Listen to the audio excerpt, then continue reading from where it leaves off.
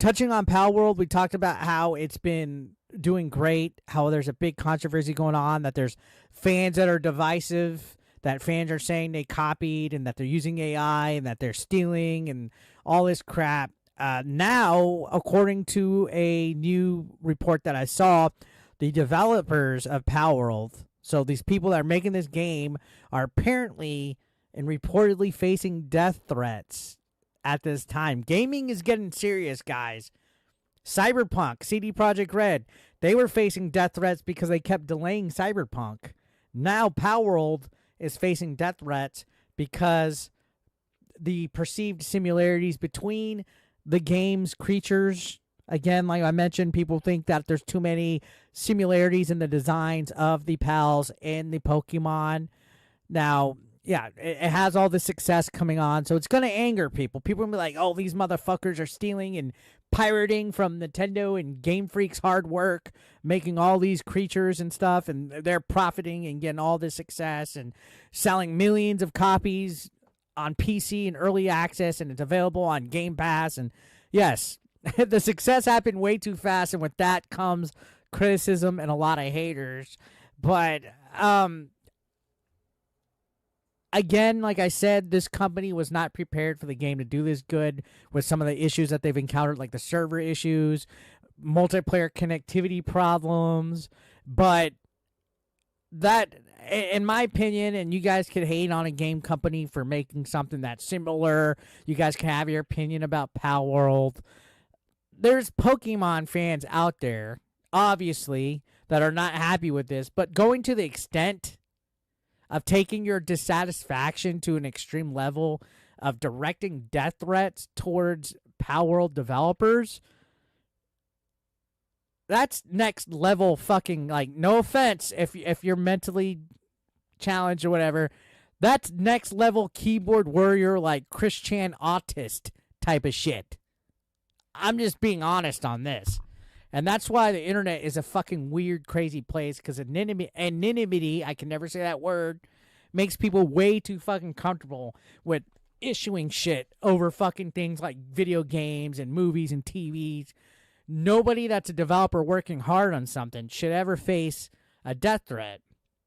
Now, the Pocket Pair, which is a development company, the CEO, his name is Takuro Mizobi. I probably pronounced his name wrong, but I suck at Japanese names.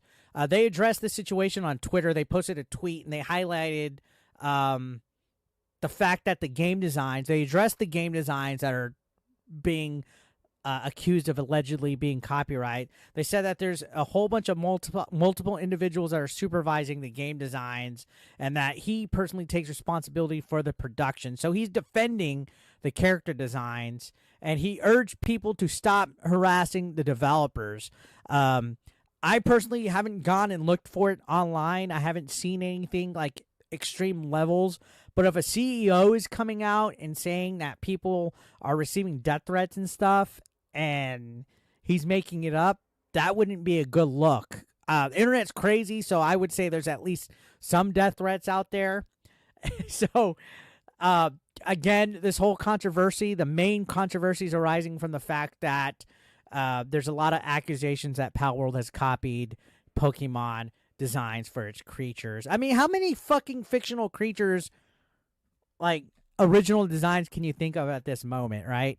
You make a turtle. Like, what color are you supposed to have it? What features is a turtle supposed to have? You know, there's only so many goddamn fucking fictional turtles and fictional rats and fucking characters and creatures that you can make at this point and make them still look like creatures, right?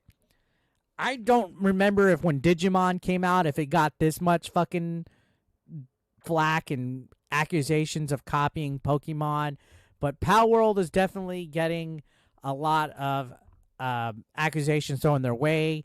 There's a lot of posts on Twitter, if you look for it, where people are showing images where they're circling with red arrows and red circles, showing like little fucking like symbols or like designs or scales and feathers and crap that look similar to other Pokemon, and it's pretty fucking wild, right? There is some striking similarities, I'm not gonna lie. Some of it is pretty sus, but plagiarism's a serious issue.